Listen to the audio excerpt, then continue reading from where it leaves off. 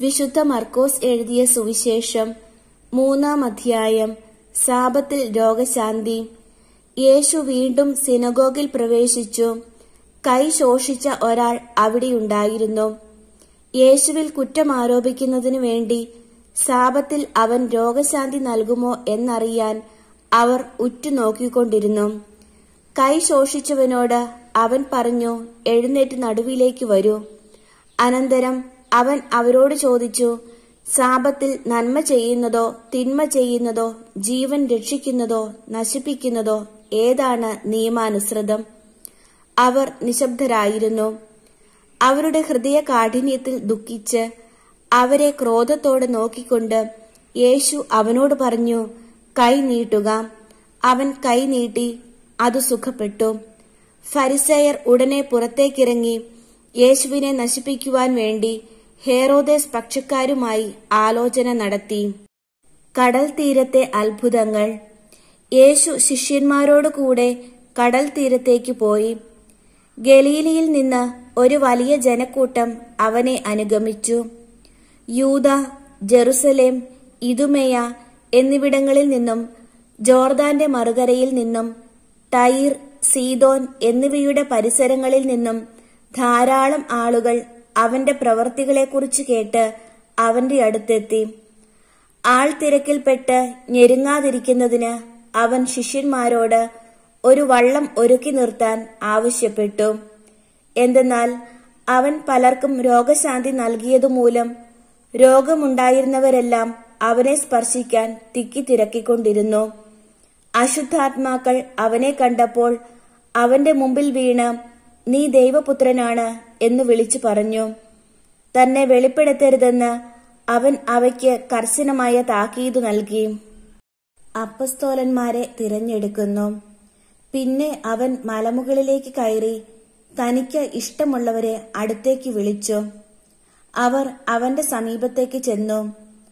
തന്നോടുകൂടി ആയിരിക്കുന്നതിനും പ്രസംഗിക്കാൻ അയക്കുന്നതിനും പിശാചുക്കളെ ബഹിഷ്കരിക്കാൻ അധികാരം നൽകുന്നതിനുമായി അവൻ 12 പേരെ നിയോഗിച്ചു. അവർ പത്രോസ് എന്ന് അവൻ പേര് നൽകിയ ശിമയോൻ, ഇടിമുഴക്കത്തിന്റെ പുത്രന്മാർ എന്നർത്ഥമുള്ള ബൊവനർഗസ് എന്ന് പേര് നൽകിയ സബദി പുത്രന്മാരായ യാക്കോബും സഹോദരൻ യോഹന്നാനും, അന്ത്രയോസ്, പീലിപ്പോസ്, ബർത്തലോമിയ, മത്തായി, തോമസ്, ഹെൽപ്പയുടെ പുത്രൻ യാക്കോബ്, തദേവൂസ്, കാനാൻകാരനായ ശിമിയോൻ, യേശുവിനെ ഒറ്റിക്കൊടുത്ത യൂദാസ് കറിയോത്ത. യേശുവും ബേൽസെബൂലും. അനന്തരം അവൻ ഒരു ഭവനത്തിൽ പ്രവേശിച്ചു. ജനങ്ങൾ വീണ്ടും വന്നുകൊണ്ടിരുന്നു. തന്മൂലം ഭക്ഷണം കഴിക്കാൻ പോലും അവർക്ക് കഴിഞ്ഞില്ല. അവന്റെ സ്വന്തക്കാർ ഇത് കേട്ട് അവനെ പിടിച്ചുകൊണ്ടുപോകാൻ പുറപ്പെട്ടു. കാരണം അവന് സുബോധം നഷ്ടപ്പെട്ടിരിക്കുന്നുവെന്ന് അവർ കേട്ടിരുന്നു. ജെറുസലേമിൽ നിന്ന് വന്ന നിയമജ്ഞർ പറഞ്ഞു, അവനെ ബേൽസെബൂൽ ആവേശിച്ചിരിക്കുന്നു. പിശാചുക്കളുടെ തലവനെ കൊണ്ടാണ് അവൻ പിശാചുക്കളെ പുറത്താക്കുന്നത്. അവൻ അവരെ അടുത്തു വിളിച്ച് ഉപമകൾ വഴി അവരോട് പറഞ്ഞു, സാത്താന് എങ്ങനെയാണ് സാത്താനെ പുറത്താക്കാൻ കഴിയുക? അന്തഛിദ്രമുള്ള രാജ്യം നിലനിൽക്കുകയില്ല, അന്തഛിദ്രമുള്ള ഭവനവും നിലനിൽക്കുകയില്ല.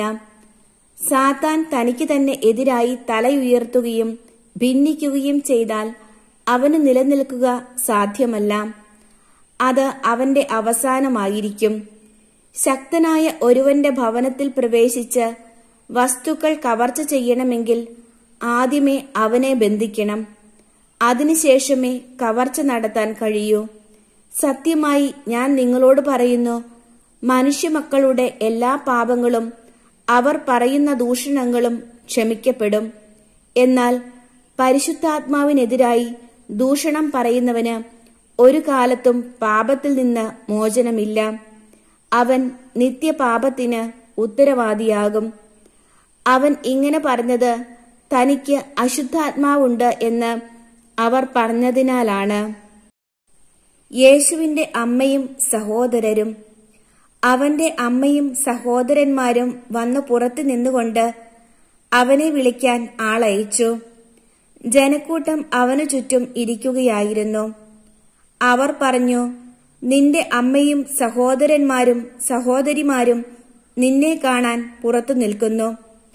അവൻ ചോദിച്ചു, ആരാണ് എന്റെ അമ്മയും സഹോദരങ്ങളും? ചുറ്റും ഇരിക്കുന്നവരെ നോക്കിക്കൊണ്ട് അവൻ പറഞ്ഞു, ഇതാ എന്റെ അമ്മയും എന്റെ സഹോദരങ്ങളും. ദൈവത്തിന്റെ ഹിതം നിർവഹിക്കുന്നവനാരോ അവനാണ് എന്റെ സഹോദരനും സഹോദരിയും അമ്മയും.